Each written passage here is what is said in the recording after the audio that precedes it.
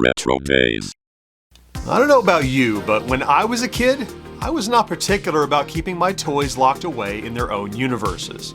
Well, if I wanted Leonardo to have an epic battle against Skeletor, well, you better believe that matchup would happen. And while I was at it, I'd add G.I. Joe figures to the audience, put various animal toys around the outskirts, and stage the entire scene in a Transformers playset. There were no limits. And why should there be? I was too young to care about exhausting discussions regarding what is or isn't canon. And like some of my favorite comics, Alien vs. Predator, anybody? A good genre mashup was always fun. That's why, for today's video, we're not just talking about forgotten toys of the 80s, but pitting forgotten sci-fi fantasy toys against forgotten robot toys.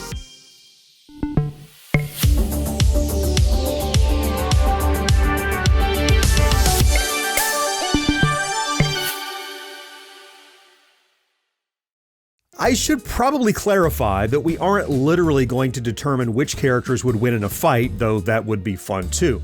Instead, we're going through our usual list of forgotten toys and leaving it up to viewers to vote on which toy genre was the best, sci-fi fantasy or robots. Despite being entirely subjective with absolutely zero criteria and no clear definition of what the best even means, I don't see any reason to belabor the point. Our first robot pick of the day may be one of the most legitimately forgotten toys of any of our lists. Certainly a bold claim, but after hours of research, we could only come up with a scantling of information regarding Mattel's PowerBots. 2 years after Hasbro began the Transformers franchise with the release of their Generation 1 toy line in 1984, Mattel released the PowerBots. Were these robot ripoffs meant to compete directly with the Transformers?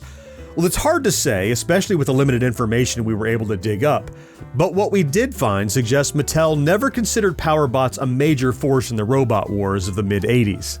For one thing, if any commercials were produced, we certainly can't find evidence of them. For another, while there were perhaps more toys in the line, we've only been able to locate 2 variants including Towbot and Flybot. Flybot transformed into a helicopter, and Towbot, in a bit of a confusing twist of fate, transformed not into a tow truck, but a land roving truck, according to the packaging. In fact, the word tow in its name seems to refer to the battery-operated power winch. Confusingly, Flybot also has a power winch, so I'm not totally sure why they decided to make it part of Towbot's name. Besides the heavily promoted power winch, the box also indicates that these toys have, two-way power play, which is a weird way to say they transform without ever using the word transform for obvious reasons.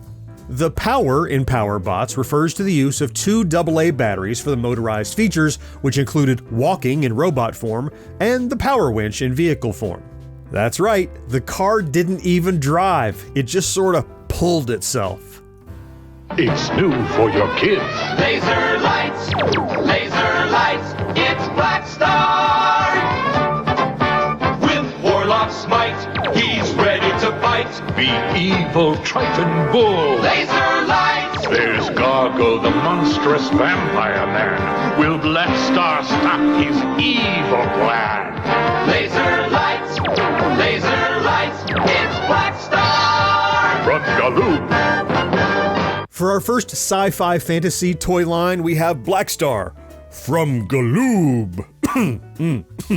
The Black Star toys were based on a short-lived 1981 animated series produced by Filmation featuring a mix of sci-fi, sword and sorcery, and adventure elements. Galoob created the toy line around 1983, which included action figures, vehicles, and a large playset. Both the television series as well as the toys were short-lived, with the cartoon ending after only 13 episodes and the figures getting only 3 series through 1985. If you're keeping track, you may have noticed the action figures weren't released until 2 years after the discontinued cartoon. It turns out, in the interim, a little show called He-Man and the Masters of the Universe exploded in popularity, and the team over at Galoob saw their opportunity to piggyback on that success. After all, the unique mix of fantasy, adventure, and sci-fi permeated both franchises. Kids of the 80s certainly wouldn't know the difference, but they were also likely to enjoy Black Star for the simple reason that it was a lot like He-Man. According to Mark from toysandtat.com, Galoob's figures were around 5.5 inches tall, muscular, and packed with personality. They were similar in scale to Motu, with a bit more detail and slightly less bulky stance. Many came with glow-in-the-dark weapons and tiny companion figures, either a Trobbit for the heroes or a demon minion for the villains. Later waves added a super cool laser light spark feature, where striking a flint on the back of the figure would light up a jewel on their chest. Sounds like a winner to me. Switch on Chargertron, robots like you've never seen. Switch on Chargertron, supersonic machines. Rev the meter till it's red. Launch out the tracker. Switch on Chargertron, now it's an attacker. Switch on Chargertron, always changing, rearranging. He's surprising. He's disguising. Chargertron. Chargertron. There's Protagatron and Antagatron, each sold separately from Buddy L. There was a surreal moment as we were choosing the toys for this list when every one of us here at RetroDaze Labs, that's Labs with a Z, would have sworn we already covered Chargertrons in an earlier episode. Upon further investigation, we realized the toy we were thinking of, Powertrons, just happened to be an incredibly similar product with an equally similar name. While it's hard to nail down exact release dates, most indications suggest that Buddy L's Chargertrons beat Ertl's Powertrons by 1 year. I'll also go out on a limb and say I personally think Chargertrons look like more fun. For one thing, the Chargertron toys are made up of two parts, the larger Charger robot and a smaller Attacker Tracker unit. For another, besides the already cool interactive feature of shooting the smaller robot from the larger one, the smaller unit has two modes, Tracker or Attacker. While in Tracker mode, the smaller robot remains a vehicle, but when set to Attacker, it transforms into a wheeled robot. Despite there being some variation in packaging and sticker colors, there were only two figures released, Antagatron and Protagatron. I'd say the names are a little on the nose, but that was true of so many 80s toy and cartoon naming conventions that I doubt it even registered on our collective tropes meters. What did stand out to me were the tiny stickers plastered to the plastic bodies, something many robot toys of the era did to help sell the imagined circuits and wiring of the robots.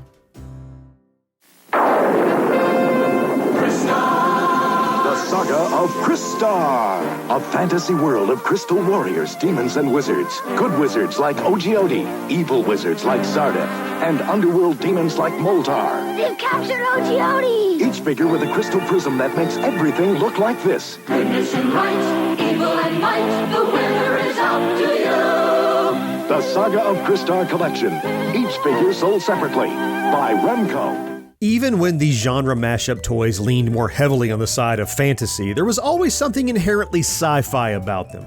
Wizards, demons, swords, and magic all scream fantasy, but the whole story takes place on another planet with what are essentially alien beings made of crystal, so yeah, a little sci-fi too.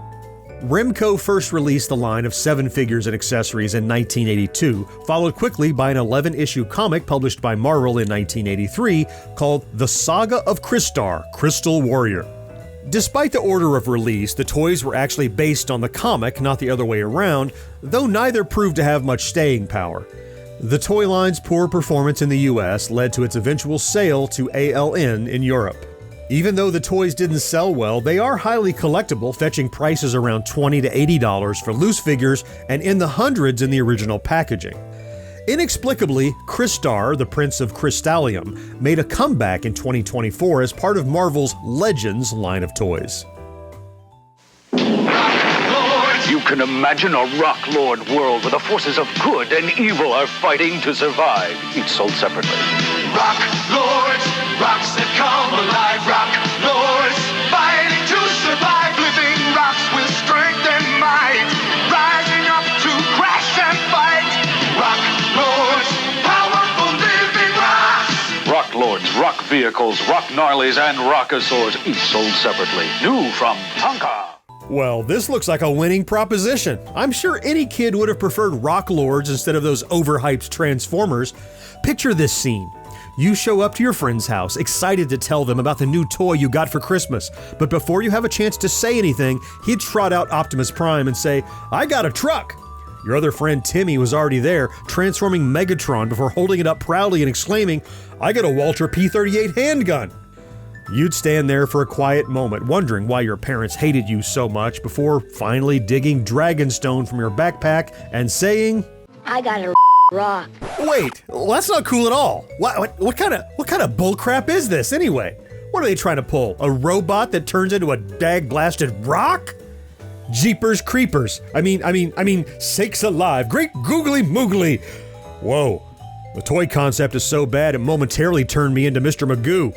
Let me just calm down for a second so I can relay at least a sprinkling of vital information. Right. The Rocklords toy line was released by Tonka in conjunction with the GoBots series.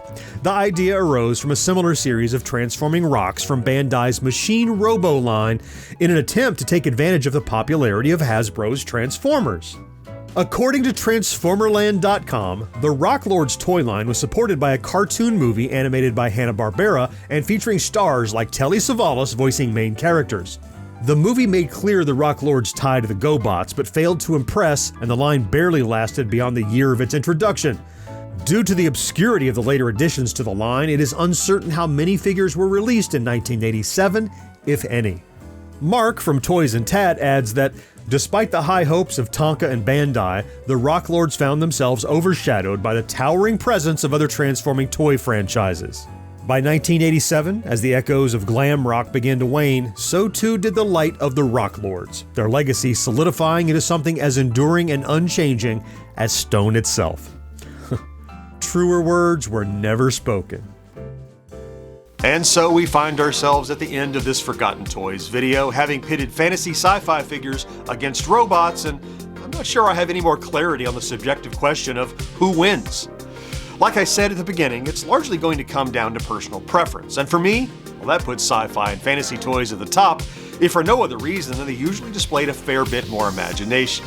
Now you can certainly argue that, like the robot toys being inspired by Transformers, the fantasy toys are largely inspired by He-Man, but even so, they often had their own identity beyond the Masters of the Universe. Of course, my opinion doesn't count any more than yours, so I need to know which genre of toy you prefer. What's your favorite from this list? You know, I'd love to hear about it down in the comments. And if you enjoy our content, please consider liking this video, subscribing to the channel, and maybe even activating that ubiquitous notification bell, because it really does make a huge difference. Let's meet again next week to celebrate Yesteryear, right here on RetroDaze. Clicky clicky.